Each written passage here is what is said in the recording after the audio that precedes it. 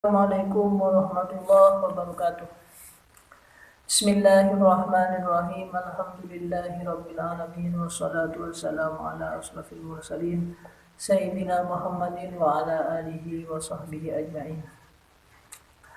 Para pemirsa sekalian, kali ini saya akan melanjutkan suatu rubrik yang saya sendiri memberi nama sebagai NU Studies atau kajian-kajian tentang NU.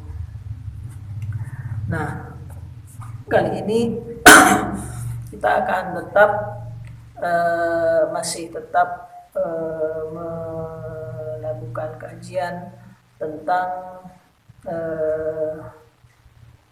ke-NU-an dari apa yang ditulis oleh Pak Dawam Raharjo di dalam pengantarnya terhadap bukunya Asep Saiful Muhtadi.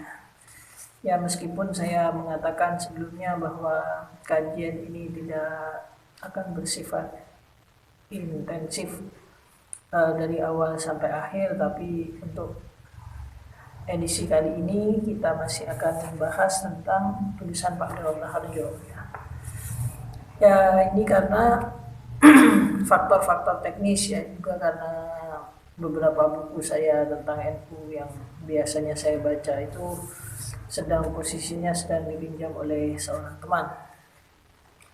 Nah, mari kita lanjutkan kajian tentang Nahdlatul Ulama dan Politik, tulisan Pak Dawam Raharjo dalam pengantarnya terhadap buku Komunikasi Politik Nahdlatul Ulama, Pergulatan Pemikiran Politik Radikal dan Akomodatif, karya Pak Asep Saiful Muhtadi.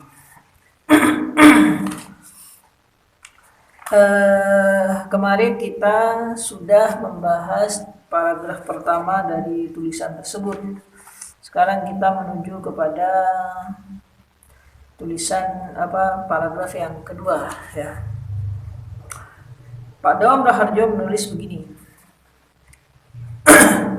Dengan haluan mempertahankan tradisi itulah maka NU distigmatisasi sebagai cenderung bersikap konservatif yang dilawankan dengan progresif.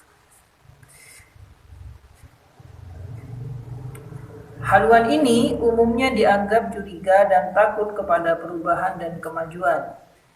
Sikap ini berhadapan dengan sikap progresif yang selalu mendorong perubahan dan terbuka terhadap perubahan.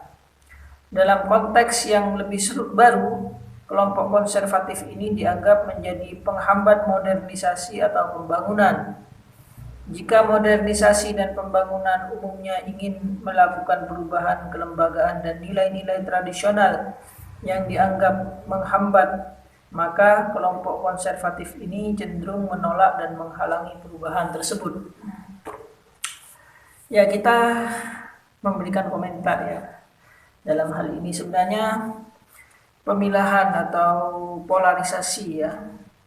Ada konservatif, progresif, tradisionalis, modernis ya. Ini polarisasi ini sudah berlangsung cukup lama ya. Kalau kita meninjau tulisan sebelum ini, mungkin ada tulisan-tulisan dari sebenarnya kita melihat bahwa polarisasi itu terjadi ketika sepengetahuan saya adalah ketika Clifford Geertz ya. Clifford Geertz itu menulis Religion of Java ya, sebagai suatu laporan penelitiannya beliau selama tahun 50-an, tahun 50 sampai tahun 53 kalau tidak salah. Itu sebuah penelitian ya. Kalau kita melihat hasil penelitian beliau itu dikatakan bahwa varian santri ya, ada 3 varian abangan, santri, dan priai ya, meskipun itu pada masa-masa sekarang itu banyak dikritik orang pemilahan atau klasifikasi itu, tapi itu saya kira suatu hal yang cukup bagus ya dan menyita pikiran banyak orang ya. Dan saya melihat bahwa tulisan-tulisan setelah Geertz itu melakukan pemilahan-pemilahan atau polarisasi atau klasifikasi terhadap gerakan Islam itu dari sudut pandang teorinya Geertz itu. Dalam pembahasan tentang teori tentang varian santri di dalam buku The Religion of Java oleh Clifford Geertz itu, dia mengatakan bahwa santri itu terbagi menjadi dua ya. Satu modernis dan yang kedua tradisionalis ya. Satu tradisionalis, yang kedua modernis ya. Dia mengatakan ya bahwa tradisionalis itu adalah Islam yang ortodoks ya. Islam yang terpaku kepada ortodoksi Islam di masa lampau. Ya, sedangkan seorang modernis itu adalah orang yang bersikap progresif ya, dan dia itu mengutamakan suatu penafsiran baru sumber-sumber Islam ya terhadap realita-realita yang baru terjadi ketika itu. Jadi kontekstual terus, konteks terus. Akan tetapi ya itu kalau menurut Geertz ya, sebelum kita membahas tentang ini klasifikasi konservatif, progresif menurut Pak Daum Raharjo, itu kalau menurut Geertz itu dikatakan bahwa golongan tradisionalis itu meskipun dia itu merupakan Islam ortodoks, tapi ortodoksi Islam tradisionalis itu tidak kembali kepada Al-Quran dan hadis ya, tapi kembali kepada pendapat-pendapat imam madhab ya, yang di dalam khususnya NU sudah kita bahas pada pertemuan sebelumnya. Itu adalah ortodoksi terhadap 4 madhab: Abu Hanifah, Malik bin Anas, Muhammad bin Idris Asy-Syafi'i, dan Ahmad ibn Hanbal ya. Nah, itulah ortodoksi Islam ya. Jadi unik sebenarnya ortodoksi Islam itu dalam konteks orang tradisionalis itu berbeda ya dengan ortodoksi Islam para fundamentalis ya. Nah, ini kalau kita membaca juga John L. Esposito ya, yang membantah teorinya Huntington ya, yang mengatakan bahwa Islam adalah musuh baru dalam dunia setelah pasca selesainya Perang Dingin itu. Esposito kan menentang hal itu. Nah, dia menjelaskan tentang fundamentalis itu adalah bahwa dia adalah ortodoksi Islam yang berusaha mengembalikan Islam itu kepada akar-akar tradisi di masa lampau ya, atau salafiyah ya. Pak Daum Raharjo juga membahas nanti di sini sedikit ya. Artinya kembali kepada Al-Quran dan Sunnah ya, yang dipahami oleh kaum salaf. Nah, itu kalau fundamentalis itu kembali kepada Al-Quran dan Sunnah, dan itu kepada pemahaman kaum salaf ya. Akan tetapi kalau ortodoksi Islam tradisionalis itu dia kembali kepada ortodoksi Islam di masa Imam Madhab abad pertengahan, medieval age ya. Jadi kembali kepada pemahaman Al-Quran dan Sunnah ya, di dalam pemahamannya ulama-ulama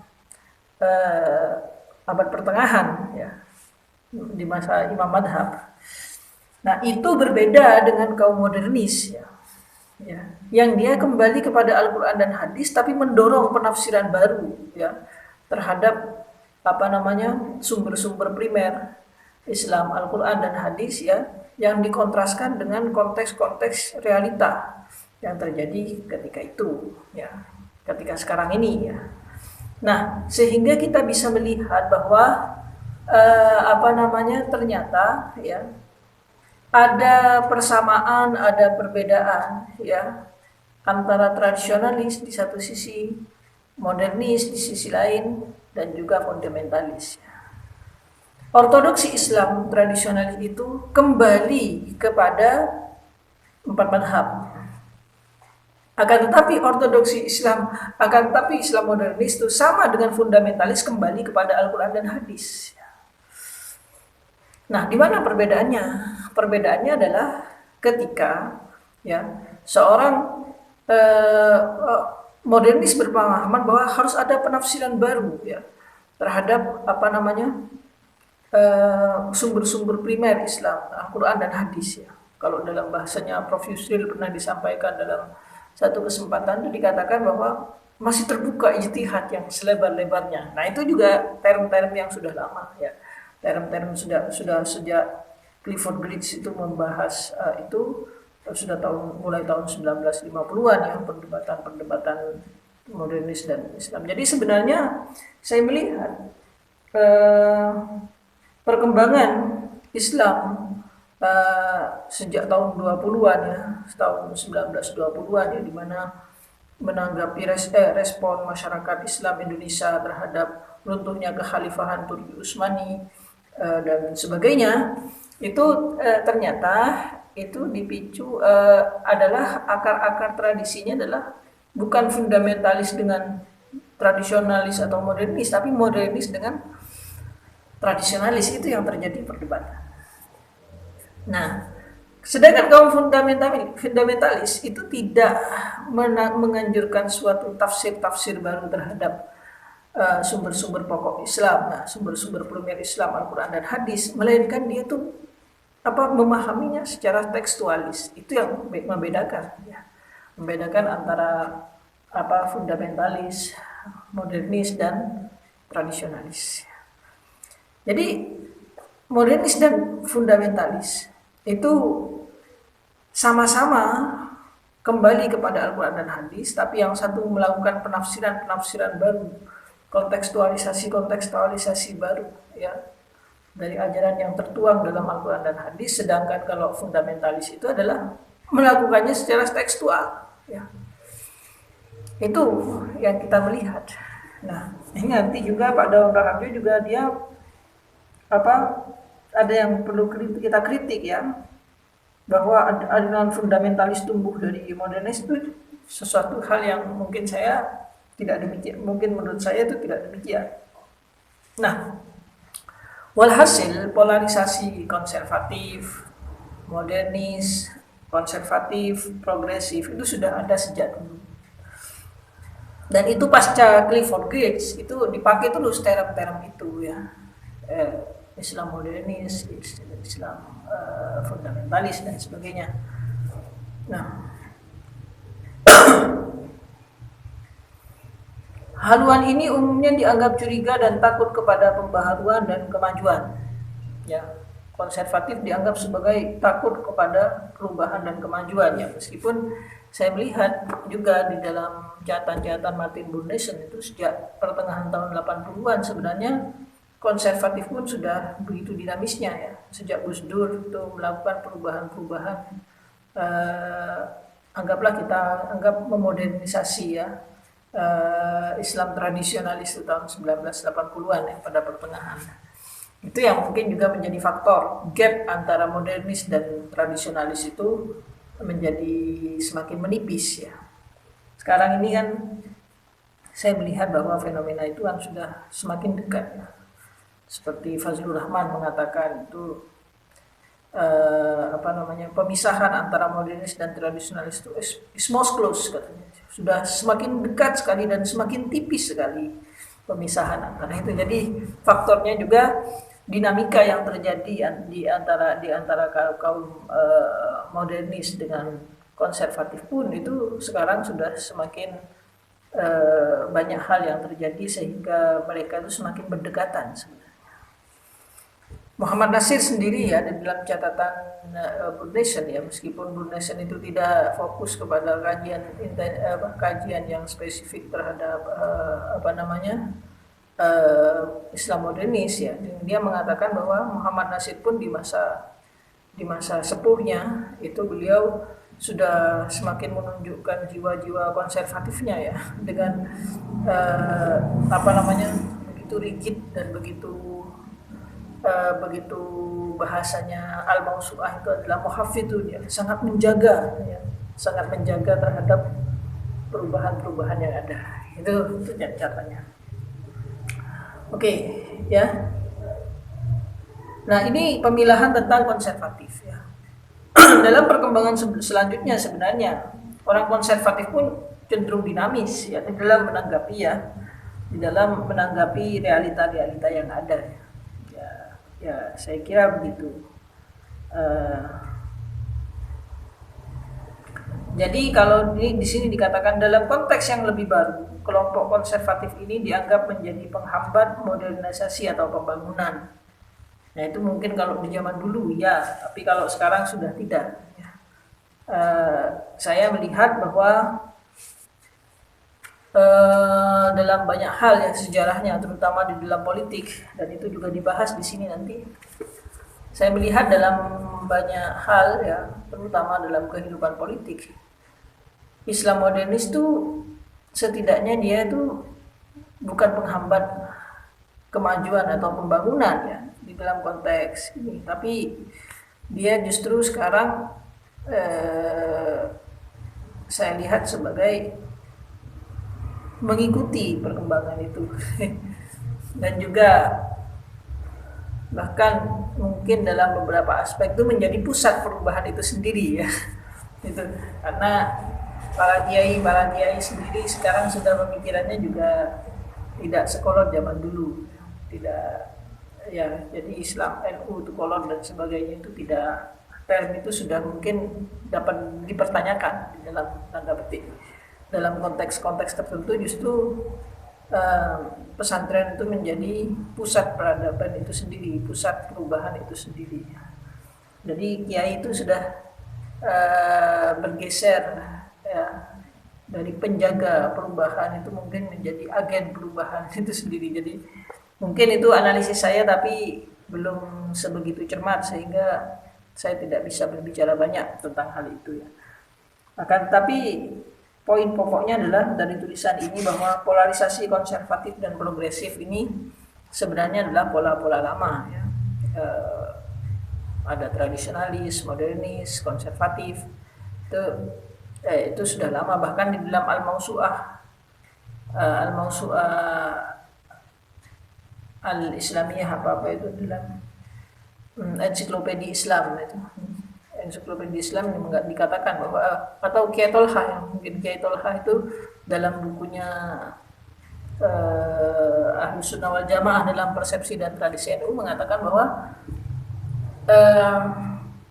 di dalam Islam ya, Ahlus Sunnah wal Jamaah sendiri bahkan itu ada yang reformis ya, ada yang sifatnya mujaddidun ya, ada yang konservatif, muhafidun, dan itu selalu terjadi dinamika di antara keduanya itu, terjadi pergumulan di antara mereka itu. Jadi term-term modernis dan konservatif, modernis, tradisionalis, konservatif, progresif, itu sebenarnya term-term sudah lama ya. Kalau saya tadi mengatakan itu dimulai oleh Clifford Geertz, itu mungkin jauh sebelumnya sudah ada. Seperti dikatakan oleh Kiai Tolhah tadi dalam bukunya, yang mana beliau mengutip dari kitab Al-Mawsu'ah ya, dari buku ensiklopedia.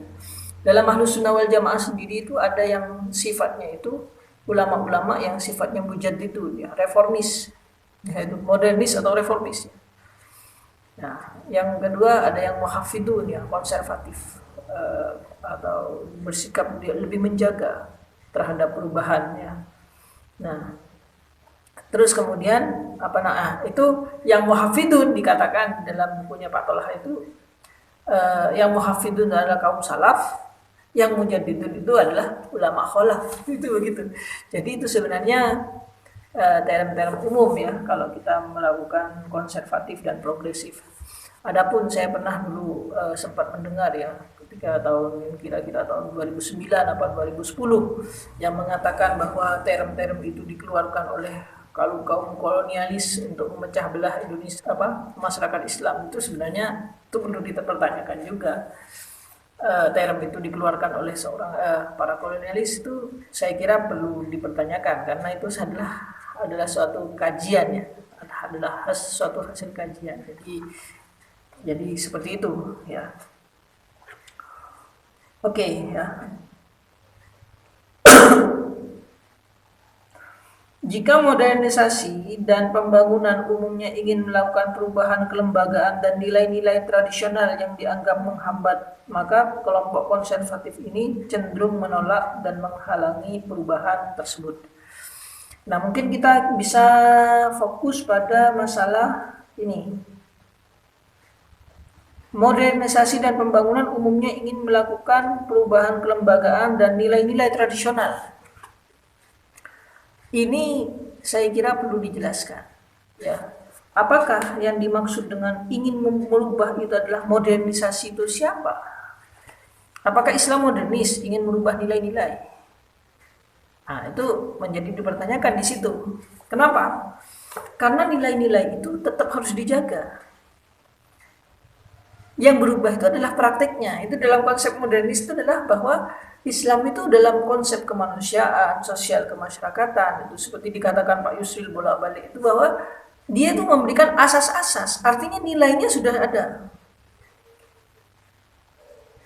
Akan tetapi, ya dalam prakteknya itu dia terus bergumul dengan realita-realita yang ada, perkembangan-perkembangan realitas ya yang ada. Itu kalau Pak Yusril mengatakan bahwa masih terbuka ijtihad, bagaimana kita menggabungkan bagaimana itu kita mentaufikkan antara nilai-nilai Islam itu dengan kenyataan-kenyataan modern ya, dengan realita-realita kehidupan modern itu katanya beliau itu dulu begitu katanya. Nah, jika modernisasi pembangunan umumnya ingin melakukan perubahan nilai-nilai kelembagaan dan perubahan kelembagaan dan nilai-nilai tradisional yang dianggap menghambat, maka kelompok konservatif ini cenderung menolak dan menghalangi perubahan tersebut. Jadi sebenarnya modernis pun, konservatif pun maupun fundamentalis pun sebenarnya dia itu sama ya, bahwa nilai itulah yang harus dijaga ya. Nah, bagaimana cara atau praktik menjaga nilai itu di dalam perkembangan itu, di dalam perkembangan realitas kehidupan inilah yang mereka itu berbeda. Itu sebenarnya begitu kalau dalam persepsi atau kalau dalam tafsir saya ya. Jadi bukan nilainya yang dirubah ya. Nilainya tetap dijaga, akan tapi praktek penjagaannya itu yang perlu yang perlu dijaga. Jadi karena apa? Agama itu kan menjaga nilai. Agama itu kan moral. Dia sudah memberikan tolak ukur nilai, baik, buruk, kebaikan, keburukan, kebenaran, dan benar, salah dan sebagainya itu sudah itu menjadi titik pokok pembicaraan agama, dan nilai-nilai itulah yang harus dijaga lah. Praktek penjagaannya itulah yang mungkin kita berbeda. Ya, saya kira di sini saya belum bisa banyak berbicara ya. Ya hanya itu saja mungkin tentang polarisasi dan bagaimana sebenarnya polarisasi ya, kalau kita melihat dari konteks Giles itu sendiri sebenarnya itu adalah suatu bentuk di dalam konteks penelitian beliau di dalam perkembangan Islam di Indonesia, di Nusantara. Dan tapi kalau kita melihat bahwa fenomena perkembangan Islam di Indonesia dan dunia sebenarnya yang terjadi bukanlah pemilahan antara konservatif dan modernis, melainkan yang ada adalah pemilahan antara konservatif dan modernis, konservatif dan fundamentalis, dan itu berbeda di dalam gerakannya. Ya, kita bisa baca dalam bukunya Esposito ya, John Oberthal ya, tentang Islam perubahan dan keberlanjutan dan perubahannya, tentang atau dalam bukunya John L. Esposito yang membahas tentang ancaman Islam ya, mitos atau realitas. Jadi kita melihat di situ banyak. Wallahul muwaffiq ila aqwamit thoriq. Al-Fatihah. Alhamdulillah. Iya.